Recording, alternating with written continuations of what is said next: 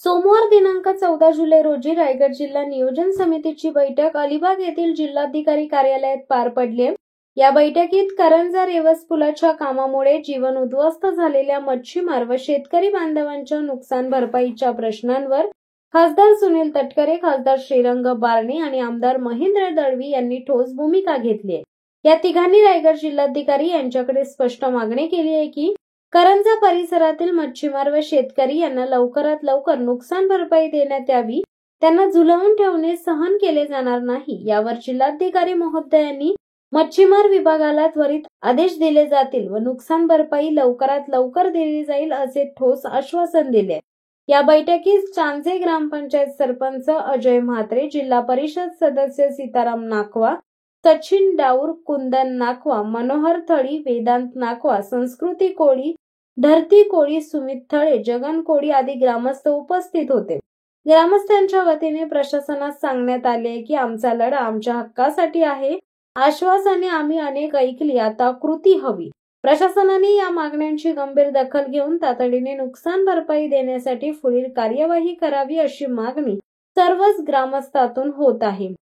आपल्या रायगड जिल्ह्याला छत्रपती शिवाजी महाराज हिंदवी स्वराज्य संस्थापक माझ्याकडे आज करंजा परिसरातील शेतकरी सुद्धा मच्छीमार बांधव आले होते आणि करंजा रेवस पुलाच्या कामाला त्यांची काय हरकत होती। मी त्यांची समजूत घातली की करंजा रेवस पूल हा आपल्या सर्वांच्या दृष्टिकोनातून महत्वाचा आहे, पण त्या मच्छीमारांना कॉम्पेन्सेशन देण्याची जी तरतूद राज्य सरकारने केले तो निधी जिल्हाधिकाऱ्यांकडे आलाय। जिल्हाधिकाऱ्यांना मी आज सूचना दिल्या की पुढच्या 8 दिवसांमध्ये त्यांना जे कॉम्पेन्सेशन नियमानुसार बसतं ते त्यांना ताबडतोब त्या ठिकाणी वितरित करण्यात यावं आणि त्यांनाही मी मच्छीमार बांधवांना विनंती केली की हे काम आपल्या कोकणाच्या दृष्टिकोनातून महत्वाचं आहे।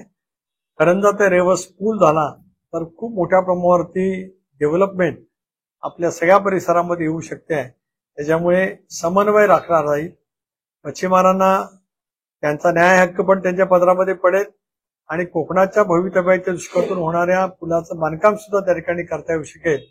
असा आज एक मधल्या मार्गाचा तोडगा मी आज जिल्हाधिकारी आणि त्यांच्या समेत बोलून त्या ठिकाणी केला।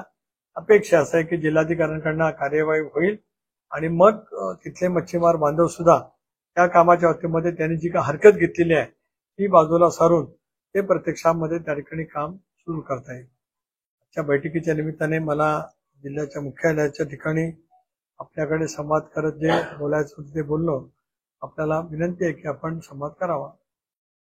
शिवसत्ता टाइम्ससाठी प्रवीण पाटील, उरण। दे धडक बेधडक वृत्त देणाऱ्या आपल्या शिवसत्ता टाइम्स न्यूज चॅनलला लाल बटन दाबून सबस्क्राईब करा आणि बेल आयकॉनला क्लिक करायला विसरू नका।